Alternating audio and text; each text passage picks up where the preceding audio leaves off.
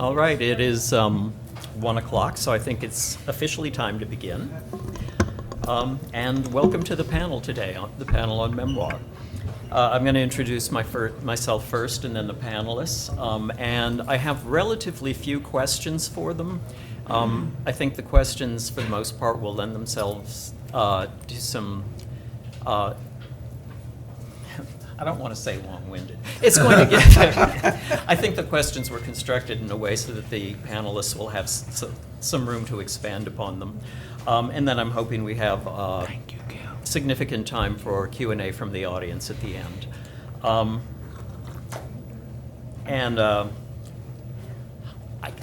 I will be honest and say I did not read all 4 of these memoirs in their entirety, but I did read 3.5. Okay. And it was a real treat. So, don't tell us. You cannot pry that out. My name is Clayton Delery. I'm the author of 2 works of LGBT nonfiction, The Upstairs Lounge Arson, which is the story of the 1973 fire just about a block from here that killed 32 people, mostly gay men, and a book about a book called Out for Queer Blood, the murder of Fernando Rios and the failure of New Orleans justice. And that details an event in 1958 that today would have been called a hate crime, but that language didn't exist at the time. 3 young men with nothing better to do on a Saturday night decided they were going to go beat up a queer, and they wound up killing him. I'm also working with McFarland Publication to develop a new series of nonfiction books called, and the series will be called Queer Life in America. We're specifically looking for stories that take place outside of the gay meccas. So New Orleans, New York, San Francisco, New York, San Francisco, LA, we'll consider them, but we're really much more interested in like Alabama, Tennessee, Louisiana. And I've been hearing pitches while I've been here, including pitches for memoirs. So that ties in very nicely with this panel. And I'm going to go through our panelists alphabetically. Gil Hochberg is a Ransford Professor of Hebrew and Visual Studies, Comparative Literature, and Middle East Studies at Columbia University. She's the author of multiple academic books, including Visual Occupation, Vision and Visibility in a Conflict Zone, and also a book called Becoming Palestine Toward an Archival Imagination of the Future. Her recent memoir, My Father the Messiah, examines her loving but very complicated relationship with her father. Steve Majors is a writer who's been published in the New York Times, Washington Post, Boston Globe, CNN Opinion, and elsewhere. He's the author of 2 memoirs, the first of which was Hi Yella, A Modern Family Memoir. He's here today to talk about his second memoir, titled Man-Made, Searching for Dads, Daddies, Father Figures, and Fatherhood. Geoffrey Newman's early life did not seem destined for success. As one of the first black children to integrate his public school system in the 1950s, he had teachers who told him he would be a failure solely because of the color of his skin. We all know that living well is the best revenge, and Geoffrey Newman has lived very well. He is now retired from a career of many decades that included being a university professor, a university dean, and an extremely active arts professional whose theater productions have been on stages throughout the U.S. and internationally. He's also worked with people like Pearl Bailey, Ruby Dee, Sammy Davis Jr., Ellen Burstyn, and the list could go on and on. His memoir, Better to Cry Now, Shaping the Flow of a Gay Black Man, tells his story. And A.J. Romriell is a writer, photographer, and educator who's published in Black Warrior Review, Brevity, Great River Review, and elsewhere. Born in Sandy, Utah, and raised in the midst of a tight-knit Mormon community, much of his life has been spent in wrestling whether to accept or reject a faith tradition that rejected him. His memoir, Wolf Act, examines issues of family, religion, homophobia, and the necessary role of fantasy through a tapestry whose threads include wolfish fairy tales, mythology, history, ghost stories, and his own lived experience. I'm going to open with a very broad question. When Barbara Streisand writes her memoir, or For example. A publisher will give her a 7-figure advance, and they know it's going to sell a lot of copies.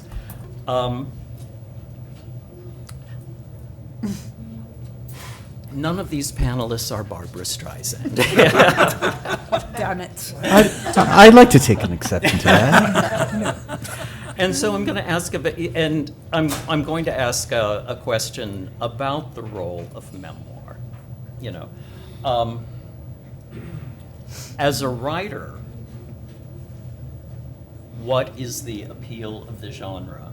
And as a reader, why are people drawn to memoirs?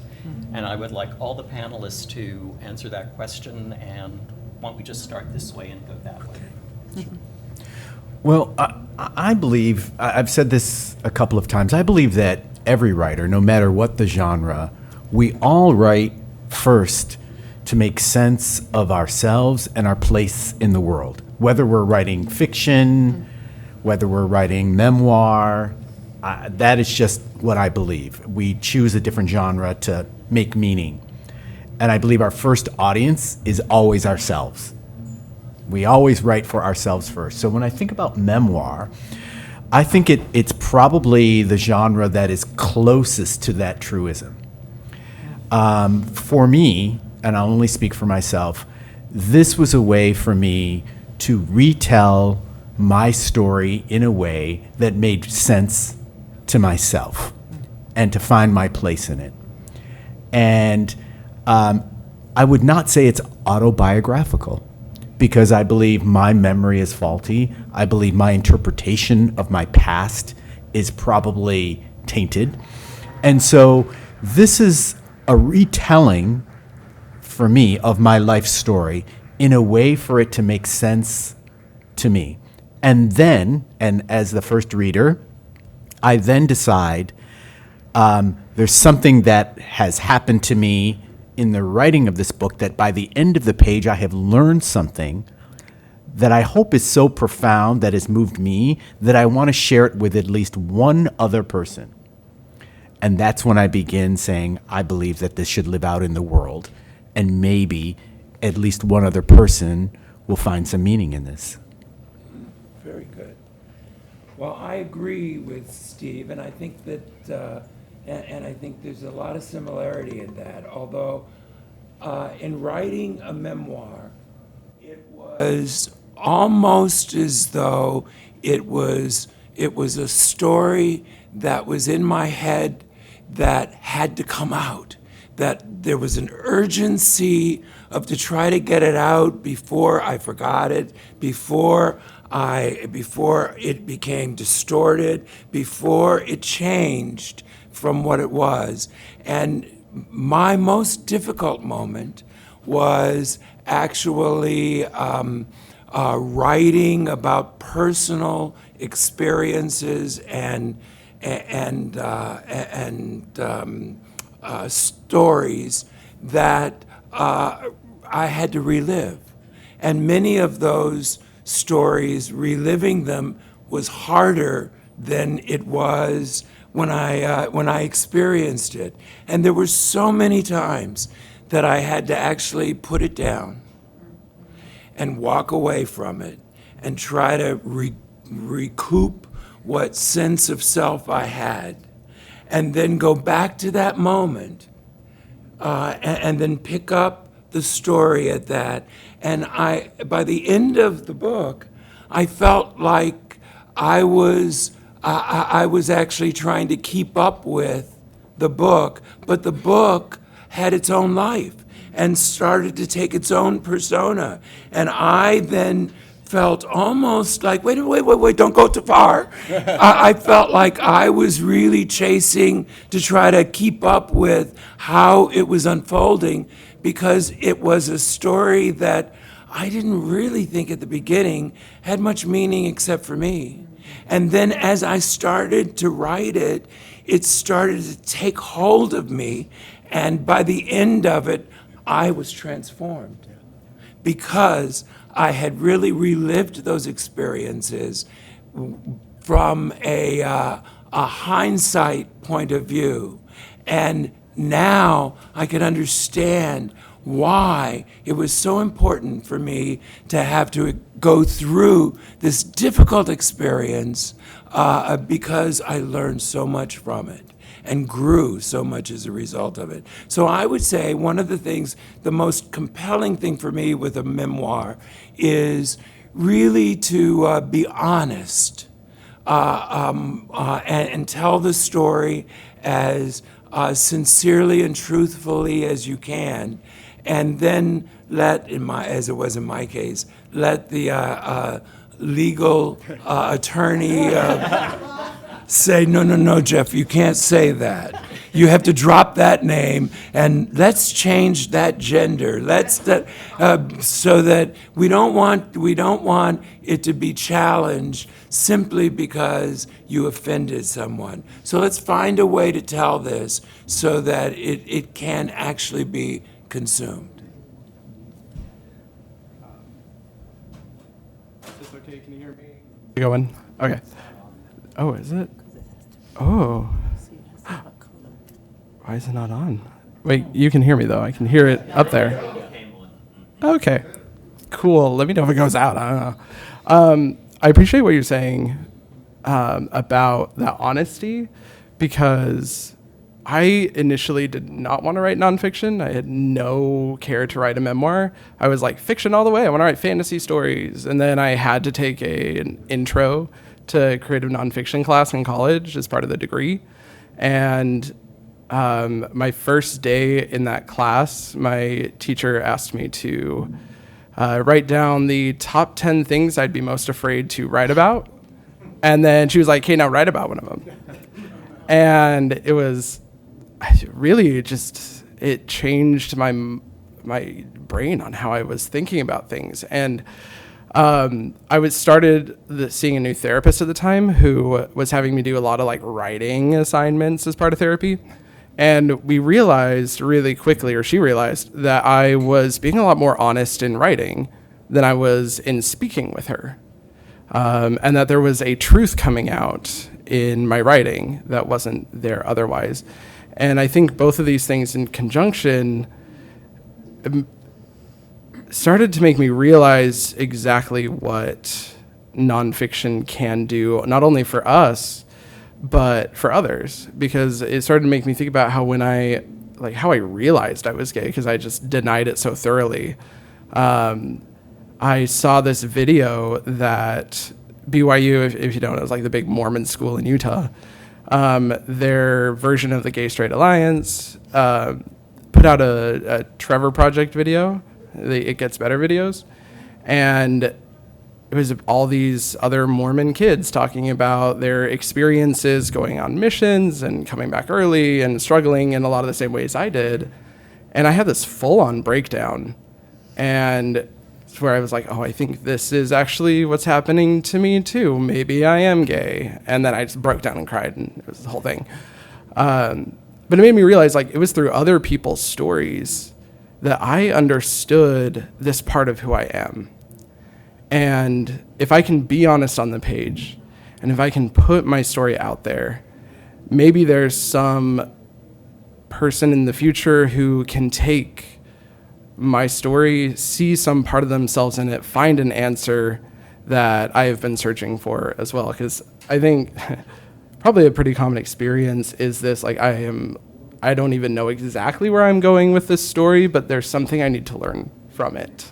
And there's a piece of it that I am searching for. Every time I enter an essay, every time I enter a new story, it's like there's a piece of this that matters. That's why I'm obsessed with it. Because when it comes to memory or whatever, like there's a reason it keeps replaying. And when I start writing about it, I start understanding why. Yeah, that's my answer to that. Thank you, and thank you all for being here. Do you hear me? Yeah. Yeah, very much, like my other speakers on the panel, I agree with most of what's said. For me, it was a specific journey, I think, because it's almost the opposite. Instead of from fiction, I came from doing only academic writing. And I, as somebody who has always been in academia, actually really always wanted to write, not academically. And, for those who are in academia, it's strangely looked down at when you're an academic, right? So I had one short story published years ago, and the reaction, this was before I was tenured, was, you should probably take that off your CV, that's not good. And I was like, oh, okay, creativity of this sort is not good. So for me, really, I felt at some point, things happened. My father died, and many things happened that brought me to a crisis. And interestingly enough, also, I relate to a certain crisis with religion, Jewish in my case. But I would say that for me, the writing I knew up until I wrote a memoir, I didn't know that before, but it was writing as covering up, basically doing everything to hide myself in writing. So writing was the place of safety. Writing is where the I doesn't exist. Writing is, where you make arguments, writing, et cetera, et cetera. And I really started to feel more and more and more oppressed, and started to feel like language is writing me rather than I am, doing any work with the language. And so I felt that I really needed to write in a way that doesn't hide, that does the opposite. And for me, it starts with, as you were saying, the self, but it's really it's such a relief in the sense that I feel I went right into the shame. This whole book is about feelings of shame about being queer, shame about my father's mental illness, shame about my depression, shame. But now I'm like, here's my shame. You can hold it. You can be nasty and shame me if you want, or you can be generous. It's up to you, but I put it out there. And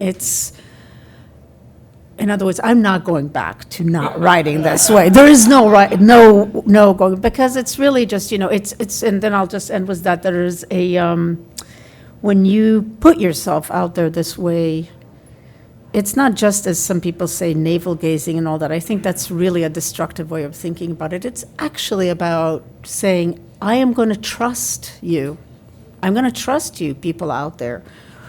Because otherwise there's no point in this living. If I'm going to have to walk around, constantly with a mask, then, no, thank you. But this felt to me like the only chance of building a real community.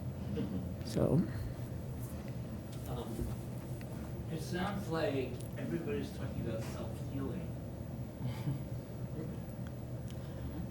through memoir writing.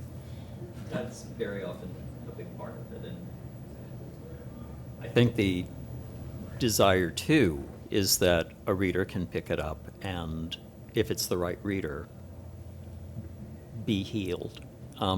One thing, I taught high school for many years, and I taught the creative writing class. And, students would have to write poetry, and a lot of times they would write, the poetry would be very vague. Some unspecified someone would be having some kind of painful feeling caused by some undetermined event. And I would sit them down and say, we need to know who this speaker is. and we need to know why this speaker is in pain. And they would say, oh, but Dr. Delery, if I write it this way, it'll be more universal. And I say, no, you've got that backwards. If you write it this way, it's vague. If you give me a specific person in a specific time reacting to a specific event, and you can, they're going to connect with it. And it's oddly paradoxical. The more specific the speaker becomes, the more the reader will relate, whether or not the realm of experience is the same. I've never been a Mormon mission, on a Mormon mission, but when AJ was writing about it, I said, oh God, I could feel that pain, and I think that's a large part of the value of memoir, is that people connect with each other through their stories, whether or not their stories have that many points in contact.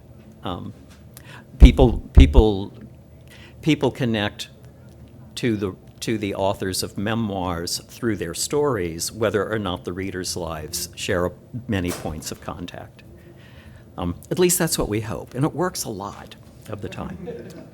So, here's another question. Among these 4 memoirs, the shortest timeline still covers more than 30 years. And none of these books is unusually long. They range from about 170 to about 260 pages. How did each of you go about selecting what to include? And as the flip side of that same question, what was involved in the decisions about what to leave out? How do you give shape to a life that stretches out over decades where all kinds of things are happening? And who would like to address that first? Well, I'll take it. That is such a difficult question to answer because, at least from my experience, it took years for me to get it finished. And every single time I read what I had written, I would change it.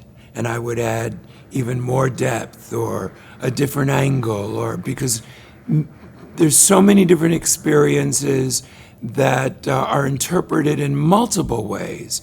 And choosing to interpret it in a specific direction is such a conscious choice that it sort of leads you to the next subject, to the next chapter, to the next iteration. And as a result of that, I found myself, my first take on the memoir was maybe 350 pages. And then I went, and then I decided, well, clearly, this is really too much, too long. I need to really be able to trim it down. So I hired a professional editor, and she actually worked with me in honing it down to the specifics and to the important information that really would relate to multiple people.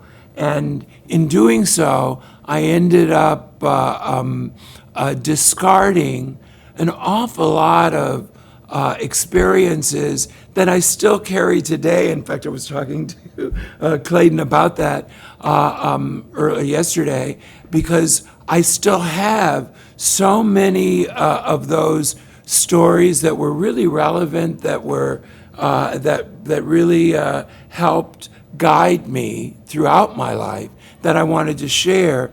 But I really had to focus on the essential development of the storyline so that people really didn't think of this as a vanity project, that I was really just sort of writing for the sake of trying to impress someone or trying to be something other than who I was. But interestingly enough, the first editor I worked with said to me, well, this is really a story that sort of mirrors my training and background is in the arts, in particular theater. And she said, well, it seems like your whole life has been about theater. Why don't you really go back and think of it from that perspective? And that was the handle. Once I got that handle, I was then able to know what I needed to eliminate, what I needed to include, and all of a sudden, the answers to that kind of question fell right into place for me. And I was able to then, like I said, try to keep up with the book. Because I don't know about anyone else, but I would wake up at 2, 3 in the morning, and a thought, an experience, a word would come to my mind, and I couldn't get back to sleep until I sat down and wrote it. And I found myself really trying to keep up with the images, the thoughts, the impressions that had happened to me from years ago that I never really thought I carried many of those scars, but I did. Well, I sleep. I'm sorry. If I have a burning thought, I have to go to sleep, and I hope it's there in the morning. I tell myself, I'm like, put a notepad, and I'm like, I'm too tired. I'm going to bed. But I will tell you what's fascinating to me about, you talked about the handle. It's that, so I wrote a memoir first 4 years ago, and there were this idea that we have many lives and there are many ways to interpret even similar events. And so in the first memoir, which was about searching for my identity as a white passing man who grew up in an all-black family, who lived in an all-rural white community, that memoir was about finding my way in the world and looking through the lens of race. Can I just say that it's an incredible memoir? Oh my gosh, how sweet. Thank you. Thank you. Adore it, yeah. Thank you. But when I put it down, I realized there were like slices of my life I had left off the page. I had not written about my search for identity as a gay man, and I had not written about my search for father and father figures. And so I went back and mined similar ground. And there was a whole other set of stories, same characters, different stories, different interpretations. And so that handle is different. So it was just fascinating. And so there are many ways to memoir is not an autobiography. And I love, one of you said something, I think it was you, Jeff, about where the book would tell you. It's like I'm transformed as a result of writing these, and I have to go think about, if I were ever to write another memoir and go back and mine similar territory again, those stories would be different. I would be interpreting them different because I'm a different person. Totally agree. Yeah, I think for me, I focus a lot on obsessions, which I kind of mentioned earlier. What memories are staying with me? What things can I not stop thinking about? And I tend to try to just follow those pathways when I'm, at least when I'm writing the memoir. I mean, mine's a kind of memoir and essays, whatever that kind of hodgepodge idea is. It was a lot of different things that I was writing about that kind of came together, and over years realized I'd been writing a lot of different pieces about coming out, about leaving the religion, about growing up in the religion, and I was telling this story without even realizing that I was just following those pathways of obsessions. When I started putting the essays together, and I shared it with my partner, one of the weird things he told me was there's actually a very fundamental piece missing, which is your marriage. The marriage that ended. And why do you think that's not really, my ex-husband was just kind of this nebulous character that would his name would just kind of show up every now and then. And he was like, but you never actually talk about what that experience was. And I was like, that's really kind of weird. I don't know. And I realized that I'd just been avoiding it because it was painful and I was ashamed. The shame, man, the shame. And like, I was afraid of letting that out. But the second I wrote kind of what ended up being a pair of essays, they were the last ones I wrote for the book,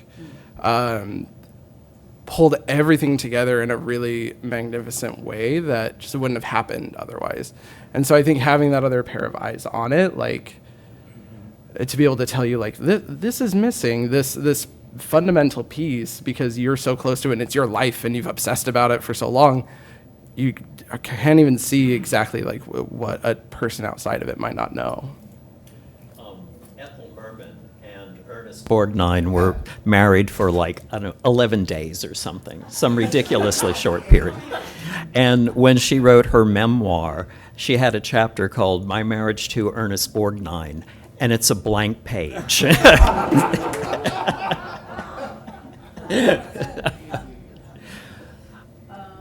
you. That's a great question. It's funny. I never thought about the time. So when you said that, I was like, really, 30 years? But then you're right. Yes, it's over 30 years.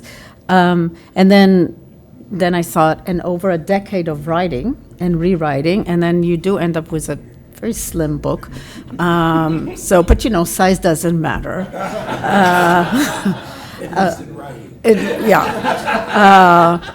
So, no, of course it does. I kept saying, why didn't they make it a little shorter? Because then it could be a little, thicker, right? So, and then I also said, the print is really small. It's the font, But I think it's a really, so I didn't start I actually didn't know I'm writing a memoir. I had no idea what it was that I was writing. And over time, and like Jeff, I stopped many times because it was too difficult. I came back, I stopped, and I also did think that I was writing two completely different things. I thought I was writing a book about my father, and then some kind of, I didn't know if it will be an essay or a memoir about my queerness.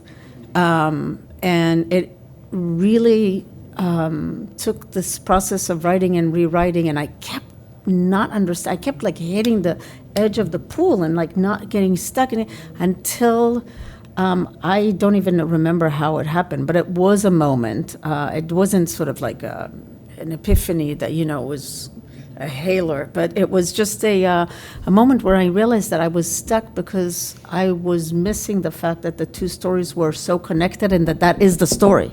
Right?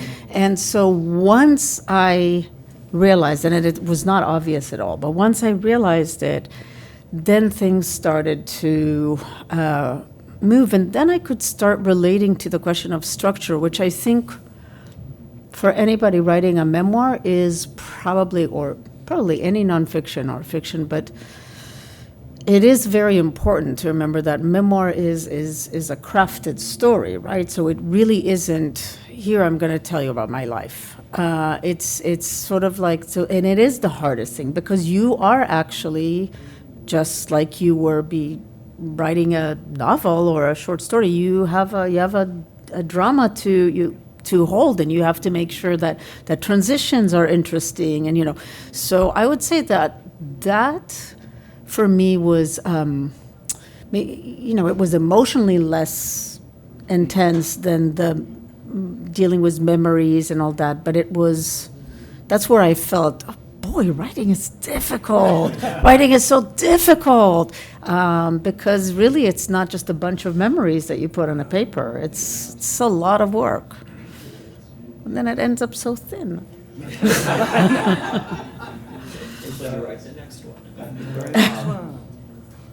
One thing that really stood out to me, and it's even implied by the titles, is that both Steve's memoir and Gil's, hers is focusing on her relationship with her father, both before and after his death, because the relationship continues to evolve, as she's making sense of his death in the following years. And Steve's is focusing on relationships with fathers and father figures until he becomes one. And, when you've got that kind of focus, whether or not the person you wanted to go to senior prom with turned you down, is just not relevant. It may have been painful at the moment, but you're not going to be writing about that. And so I think that's, a takeaway is instead of trying to tell the entire story, focus on one part of the story. Yeah. Another question for everybody. And this is I've attended multiple panels on memoirs at Saints and Sinners over the years, and this question always comes up, so we're going to raise it now. Yes, just 2 or 3 questions in a row that are all tied together. In the course of your works, each of you describes some pretty explosive experiences. Racist attacks, physical, emotional, or sexual abuse, drug and alcohol abuse, and those are just the tops of the list.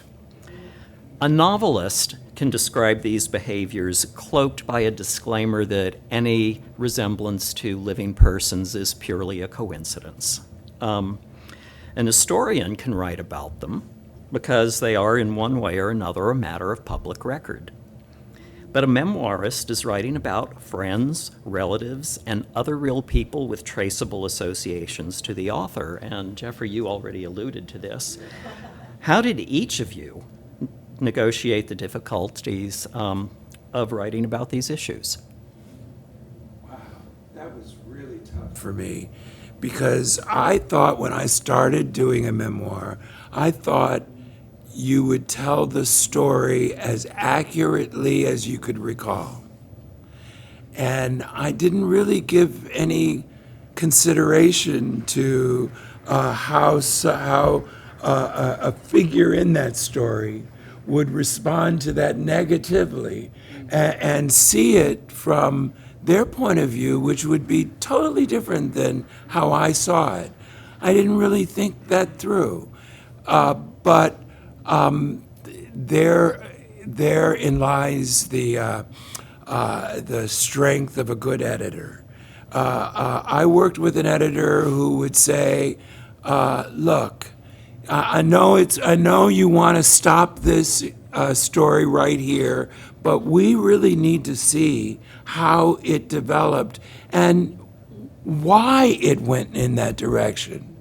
And I don't want you to forecast and foreshadow and set anyone up. Let the reader discover it as you're writing it." Well, that was really tough to be able to employ that kind of control over a creative process that in itself is free and really out there. So it was really tough for me to write it honestly, and then someone say, "That's not honest enough. You really need to tell us more about that experience. Describe it. How did it feel?" Wow. That really made the writing process even more difficult because every single time I had to do that, I had to relive it. And reliving experiences that gave pain to you, you experience that pain every time you relive it.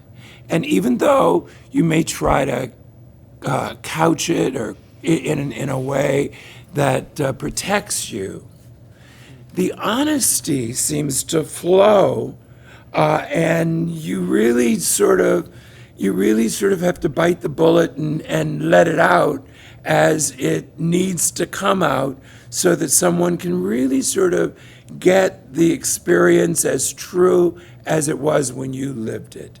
That was really, really tough. But earlier you had said that, I don't know whether it was your publishing company or your editor, Right. said that if you want to write about this, you have to change the person's gender and change their name. And Yes, that was my editor. Actually, I started with an editor on my second draft, I guess it was, and she is the one who said, you indict a lot of people in saying this because your story is about discrimination, legalities, some abuses and offenses that people are not going to want to own up to.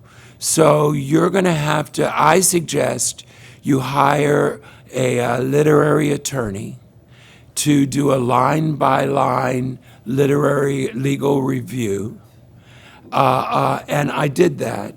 And boy, that I thought was going to be an easy process where I could actually just change this or drop this or just do small edits but keep the story intact.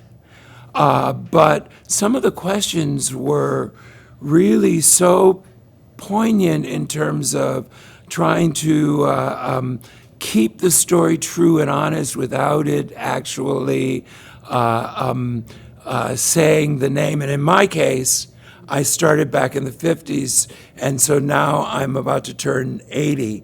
And many of the people I talked about in my early life are no longer with me, or with us. So that made it a little bit easier because, as my lawyer said, once they're dead, you can say a lot about them at that point, And so, I went back many times to try to be true to the process and be true to let the story emerge as a reader would follow it, rather than me telling you a story. And I have to say one thing about Gil.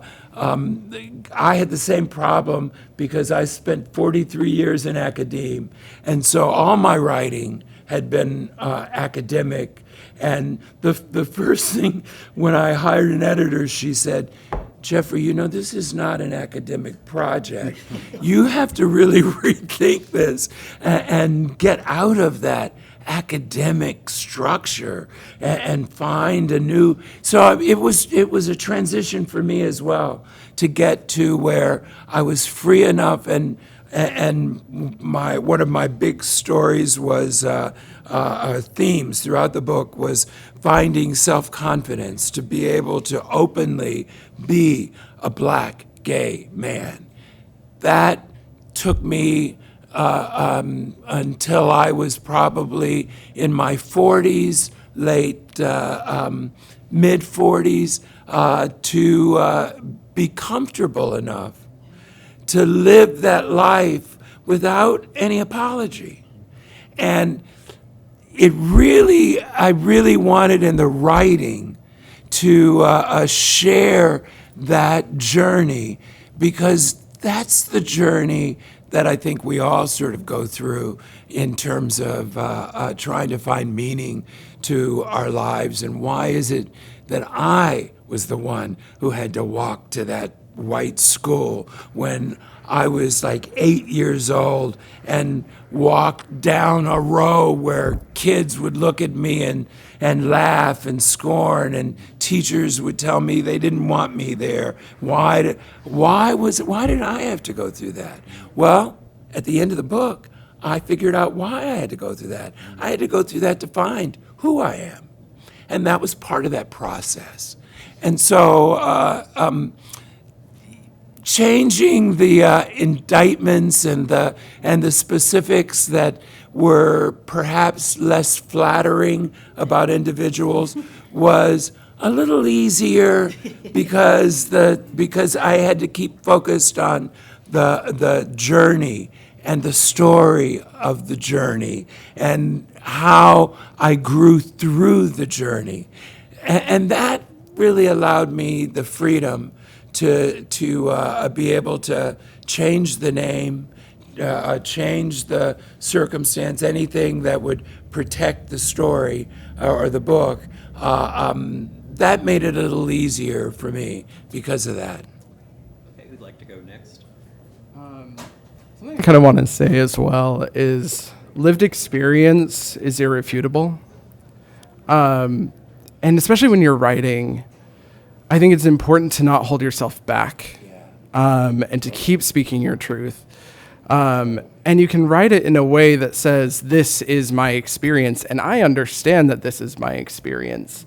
And, I remember I shared one of the pieces with my mom where we had this conversation where basically I remembered it as her saying, like, it was about like my brother who's also gay, and she was like, he's gay, right? And I was like, yeah, I know. And we laughed, and she was like, but you're not, right?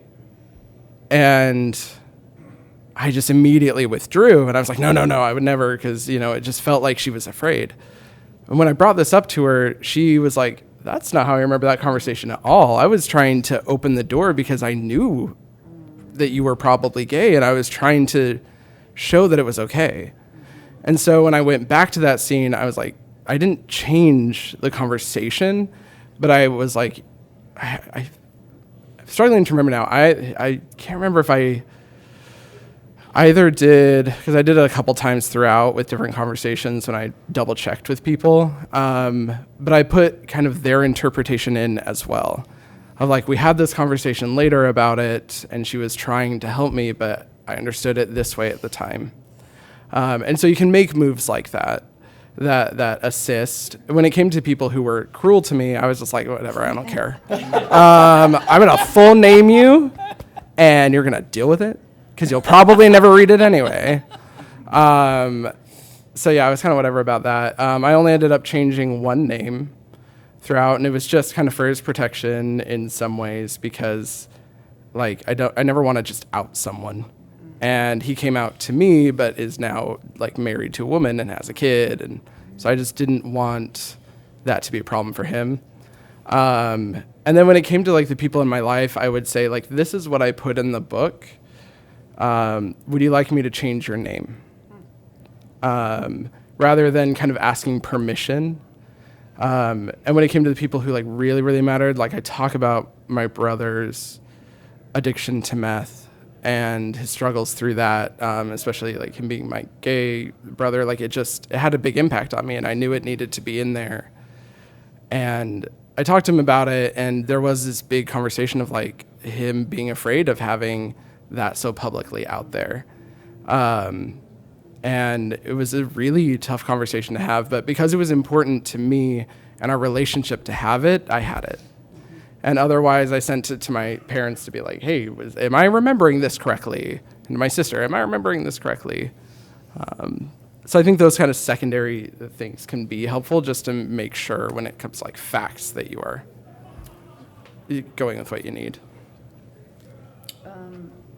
So before I came here, something happened that actually shook me a lot, and is directly related to this.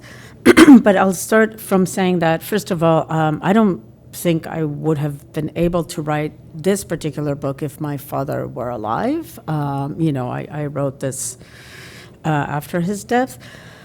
In terms of there were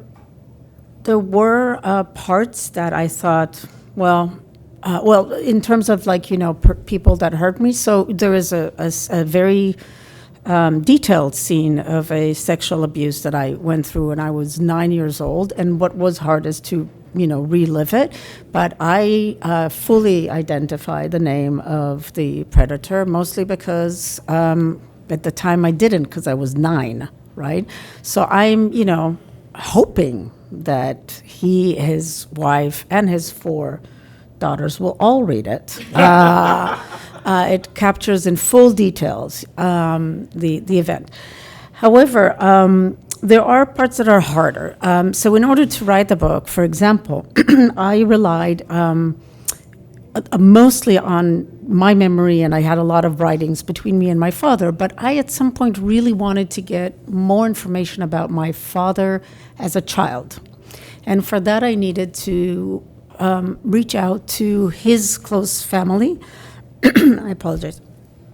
They all live in Israel. They all live in settlers. We have no real connection aside from I knew them as a child, and they were very warm when I met them, and very they brought me a lot of photos. They all admired my father, and so I got a lot of information from them, and I do mention them in the book, and I thank them a lot, and I thank them, but I also know that this is not the kind of book that they think that I was writing, and I do have to say, knowing that they are not going to read a book in English. In fact, they're not going to know that there is a book is a great relief, because, it's not because I say anything about them, but, well, for one, there are some political issues that come up. But then I think they would definitely think that the way I expose my father is absolutely disrespectful in their perspective, because I talk about things that one ought not to talk about in a religious Jewish family. The one place where I actually regret that I didn't do, and it came out this morning, and it's it's a process, is my mother. And I do want to share this if it's okay, because just before coming the last 2 hours, I received massive amount of texting from my mother.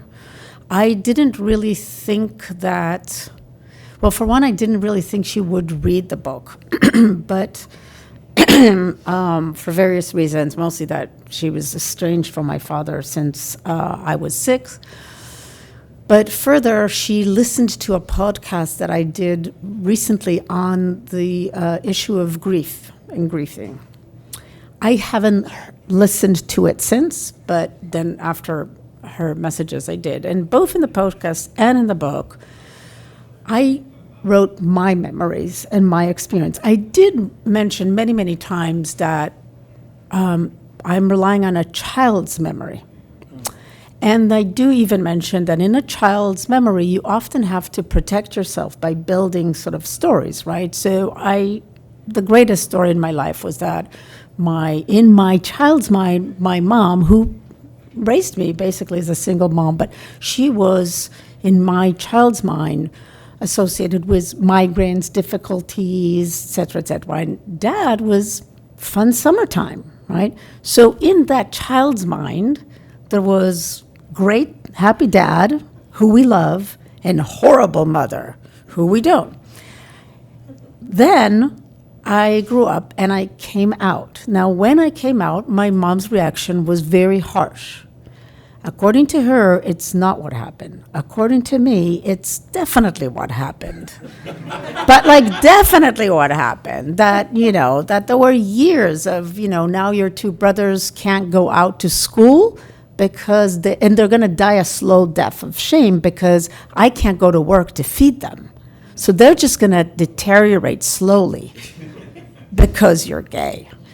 And so I do mention that, and it's not about her. I mentioned this as in 2 anecdotes in relation to how the one thing that my father really gave me space for was my queerness. And not necessarily because he was that interested in it, but because he thought he was the Messiah, and therefore my queerness had divine meanings.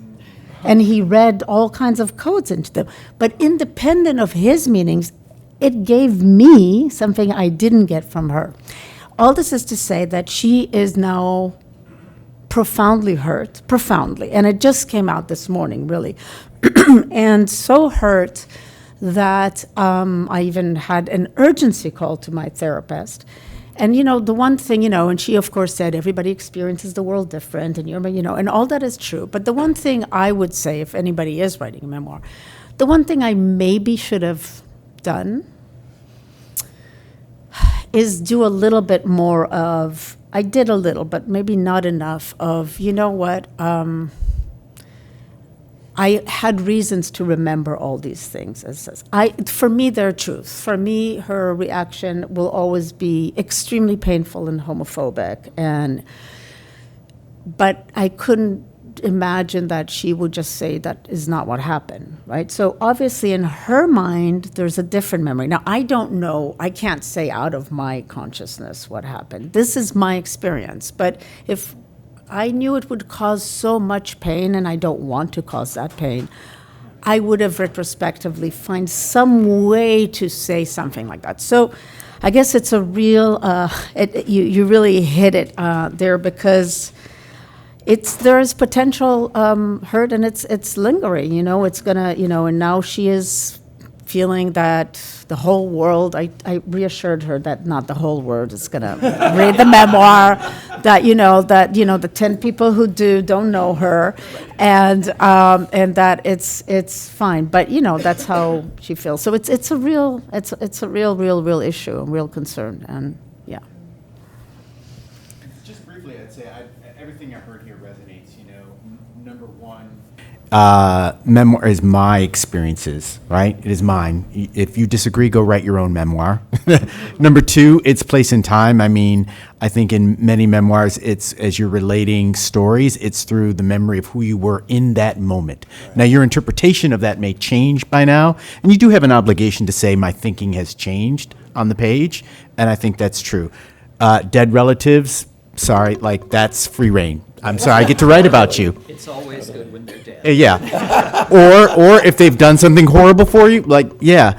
The only other thing I would add to that is I have always tried to be two things: as hard on myself as I am on other people. And so if I cast a stone, I am willing to cast one right back at me. That they were not the best version of themselves, and neither was I. Or I misunderstood, or there was room for me to be wrong, or for me to interpret it a different way. And the other thing is, even in all of the folks who I write horrible things about, and I read a lot of horrible things about my own family in both of the books, I like to leave them with a moment of grace somewhere in there. They're human beings. I don't believe there's very few people on this planet that I think are completely evil, and none of my family are. So a moment of grace, something that shows their humanity, shows their frailty, shows them trying to be the best version of themselves, even if they fail, and sees me willing to give them the benefit of the doubt, even if they've done something that's really hurt me. I'm reminded in hearing these stories about, I wrote it this way, but my mother or my brother or father remember it another way. When I was a teacher, I spent a number of years as a department head, and then I ended my career spending several years as an administrator. And I was called on to mediate a lot of disputes, sometimes between two students, sometimes between a student and a faculty member, sometimes between two faculty members. And it was very common for me to get the people in separately and have them tell me their side of the story. And they agreed, the stories would agree 95% in the details. But where they disagreed in the remaining 5% was the difference between something that was fairly innocuous and something that was profoundly disturbing. And I wasn't there. So, I believed the people were telling me the truth as they remembered it.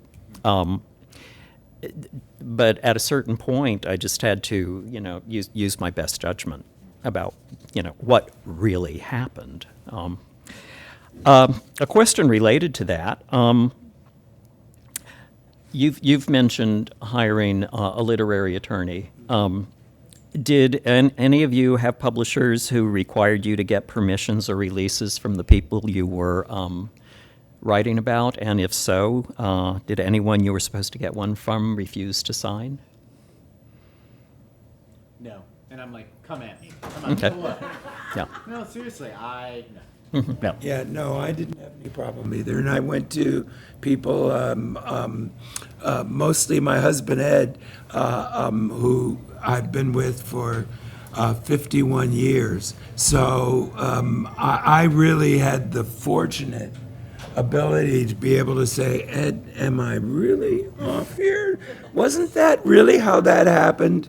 But I never had, where it came time to identify the person. I'm with you. I went to Ed, for example, and asked permission, and I got it. I didn't really have any problem with that at all. No, I didn't have any of this, no. I had just a little bit, just in the sense of I have a lot of epigraphs in my book, and so I did have to seek permission for a couple of those, and there was actually one that I didn't get, so I just ended up switching it out for a different one, which I think ended up working out anyway. I remember I went through University of Wisconsin Press, and so I had to go through like peer reviews. And I remember there were some, like, especially with the LDS Mormon Church, has a lot of lawyers in it. And so I did have to be very careful in how I was like talking about what they've said and their doctrines and stuff like that, because I had to be very, very researched and accurate.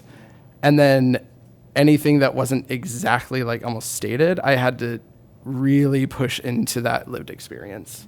So it wasn't like I was seeking permission from them, but I did have to make sure that like I was very careful with how I was stating things when it came to a place that like could sue me for things if I wasn't careful. So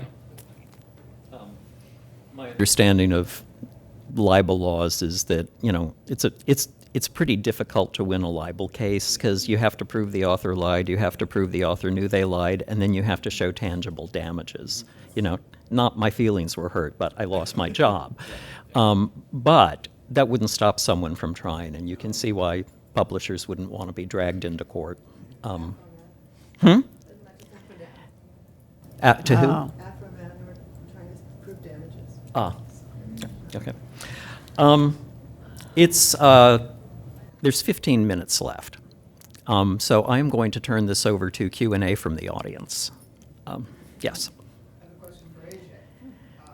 The Broadway diva Elaine Stritch once said that she hears these young kids singing the song "I'm Still Here," and she wants to ask them, "Where the hell have you been?" Presumably, the youngest person on this panel. Have you ever gotten the question, "You're too young to write a memoir"? And how do you handle it? no, never. No, yeah. Yes, and a lot of those calls were coming from inside the house too. Just like, do I have enough? Like, am youthful. Have I lived enough? And I think what it came down to is like I need this story out there, and like just because I am in my low 30s doesn't mean that like the experience that I had didn't matter, and that like I have to wait another 20 years in order to like get another perspective on it, because I can write more. And so the question has come up very lightly. I thought it would actually come up more. It's more kind of in popular media that they kind of joke about how like, you're 30, how could you write a memoir? Like, you haven't even lived anything yet. So I think it was a lot more battling that inside myself, because when I would answer it, I'd be like, well, you can read it and you can see I've lived through some stuff. And I guess at that point you can judge whether I should have written this or not, or if I had enough material or whatever. But like, for the most part, it hasn't come up that much from other people, luckily, which I'm grateful for. I have a question for anybody and everybody, so whoever has time. And that is, there are so many things that are going on. I kept taking notes about all the things I wanted to ask, and they changed throughout the panel. So basically, I'm thinking about a bunch of things, like the craft of memoir, the relationship between the self that's writing and attesting to experience, the audience of many, so the ones you have to ward off from suing you, the ones you have to be worried about being hurt, and then of course I think the idea of this has to do with craft, guiding the narrative. And then I think, I'm wondering about, there are probably so many different audiences, and of course, transformation being another thing.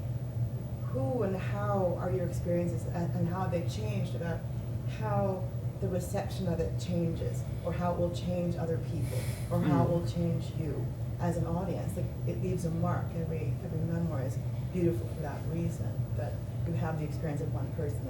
So I guess, what are your experiences with that, whether immediate or what's your aim even, or how does that work in the memoir?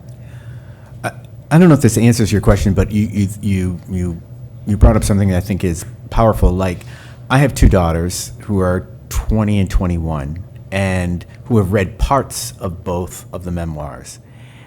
And I know I've always kept in mind that there will be a day that they read it from cover to cover, and they will probably have a feeling or a reaction to it.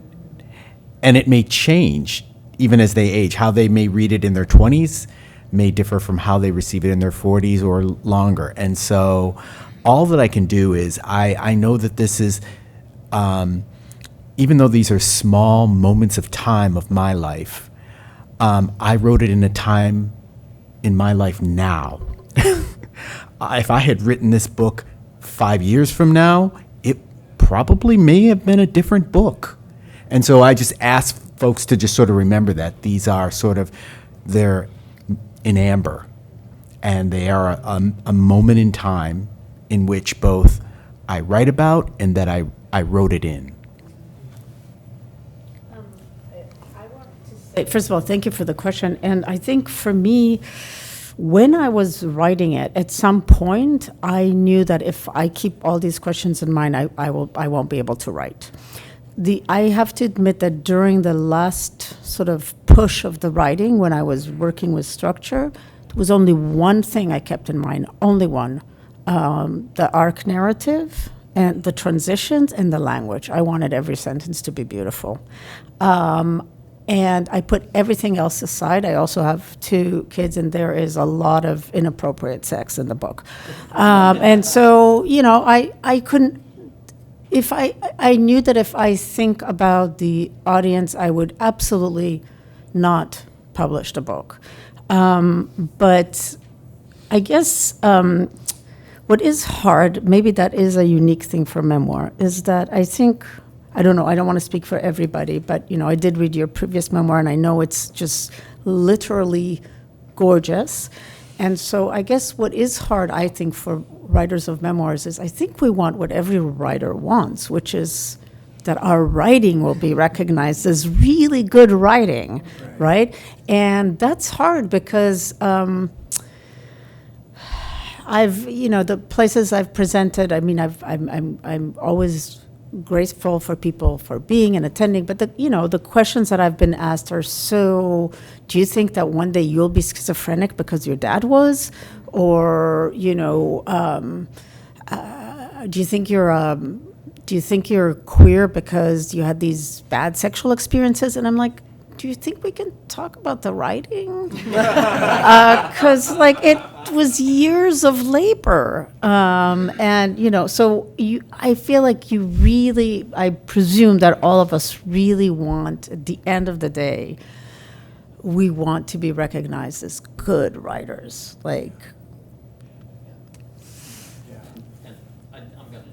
This real quick. One of the things that I think that both Steve and Gil did admirably well was in the way they handled their children. In Steve's case, he's talking about father figures throughout the book, and then toward the end he becomes a father. So there's that transition. And he's very honest about his failings as a father. But in both their cases, they're very clear that they have children. The children appear, but only minimally. I think you use first names, and Gil manages to avoid using names at all. So they were very good about including their children when necessary, but still guarding their children's privacy. And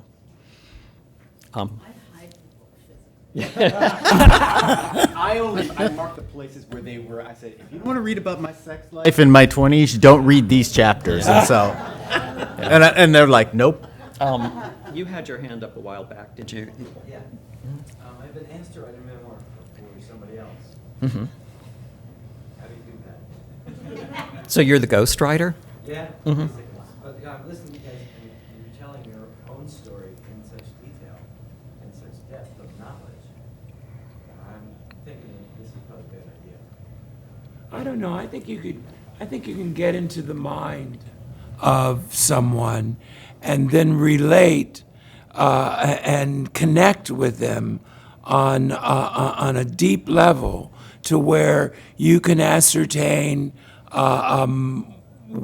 the elements of their story so that you can put it together in a way that is true to the person but yet also is true to the message. But I think in order to do that, you really have to connect in a visceral, intellectual, emotional way with that person to where you're able to speak their language, to find their truth. And then that becomes your handle in telling their story. But I don't think you can do that without truly connecting with the individual. And if that's difficult to do, then I would never write it. No, I'm very good friends with this person, so. There you go. Which is an advantage and a disadvantage. Yeah, it is. Terrible disadvantage. To add to that, I would ask, Okay. We've got the writing is about 5-minute finding rule. a voice for a character like in fiction. Your character has a voice. Was it difficult for any of you to find your voice as a performer? Oh, yeah. It was, for me, it was very difficult because I come out of an academic environment where structure is really paramount and the story is incidental. It's really the structure that is the strength of the writing. Well, it was really difficult for me to drop that and become a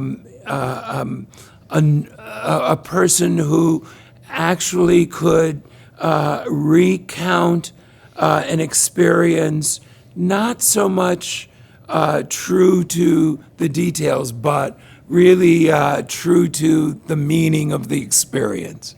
And that I found was the thing that sort of kept me on course in writing the story. Yes, you've had your hand up a couple times. Just really appreciate the information here.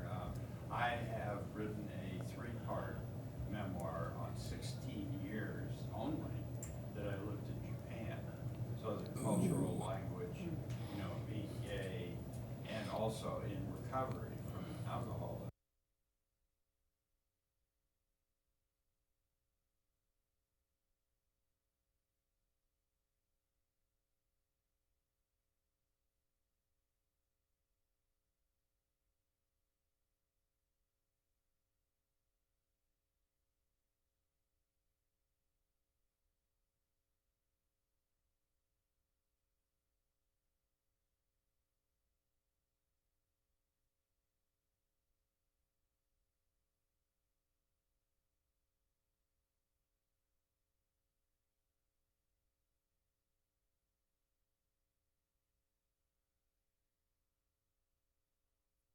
Both did academic press, right? So for academic presses, which I don't know how you feel about, but they're not good about memoirs, at least mine isn't, so I won't do that again. But I was definitely told, not just for memoir, for all books, that in that world, at least, less is more, because, they're also not, it's really about finance, right? They're in such a bad financial situation. It's literally about printing, and they were like telling me we're going to use this lesser paper, and et cetera, et cetera. So, but this is not to disencourage you. It's just like there are probably other presses that can do better. I mean, I was told essentially like try to keep it from 70 to 80,000 words is like what kind of the general amount to have. I am one who kind of wants to shake up the memoir and be like, do like sequels, do it 3 different books and try and like see how that could happen. Because I'm actually thinking of like my next one as more of it picks up where this one leaves off type of thing. But I do think that like less is more, that there is that reality of the situation that like a lot of publishers probably won't like go for something that's crazy long like they might in fiction or something like that. It's just, it doesn't tend to happen as much, especially for beginning, first time memoirs. But in fiction, they often say you can't have just one novel, you should have a small series, have at least continuation, of your character, and in a way, memoir is like that. So. Just briefly, I would say, I was on another panel recently, and we began to like, if you're striving to be a writer, you're a writer. You made it, right? You don't have anything else to prove to anyone else. Now, if you are interested in publishing, right, that is a different thing. If you want to become a published author, that is another set of choices that you have to make. So, Yeah. Chris, is our time up? Yes. Yes, okay. Well, let's have a round of applause for the panelists. Oh, thank you. And thank you all for coming.